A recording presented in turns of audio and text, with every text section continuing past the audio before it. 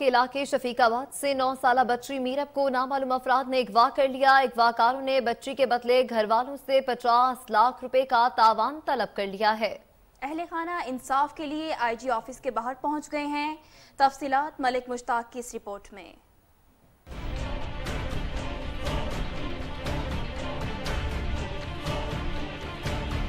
लाहौर के इलाके शफीकाबाद से 9 साला बच्ची मीरब को नामालूम अफराद ने अगवा कर लिया। अगवाकारों ने बच्ची के बदले घर वालों से 50 लाख रुपए तवान तलब कर लिया। 2 बार तवान की पर्ची घर फेंक कर गए। अहले खाना ने मदद के लिए कानून का दरवाजा खटखटाया, लेकिन पुलिस ने हस्बे रवायत FIR चुप साध ली।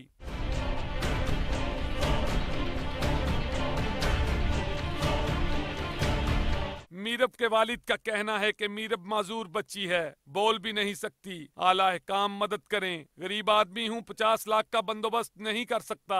हमें वज़ीर आला और वज़ीर आज़म से अपील है कि हमारी बच्ची को आज़ाद किया जाए और हमें इंसाफ मिलना चाहिए।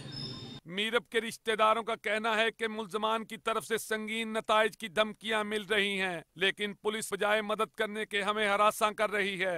आप भी बेटी वाले हैं, आप ये सोचे कि एक माँ की एक रात 1 घंटा कैसे गुजरता है। इसकी माँ बीमार है, इसकी बेटियां नहीं है, इनकी ये कैसे बाप हैं, खुद जाके सो जाते हैं, माँ की नींदें हराम हो जाती हैं। इंसाफ न मिलने पर मीरब के अहले खाना ने मोहल्लेदारों के हमरा IG पंजाब के दफ्तर के बाहर एहतजाज किया। मुजाहिरीन ने वज़ीर आला पंजाब से मुतालबा किया कि इनकी फरियाद सुनी जाए और जल्द अज जल्द कार्रवाई करके मीरब को बाजियाब करवाया जाए। 6 रोज बीत गए, मीरब की FIR तो दर्ज कर ली गई, लेकिन क्या तसल्लियों के साथ इन वालिदैन को सुकून मुयस्सर आएगा या पुलिस को प्रैक्टिकली काम कर पड़ेगा।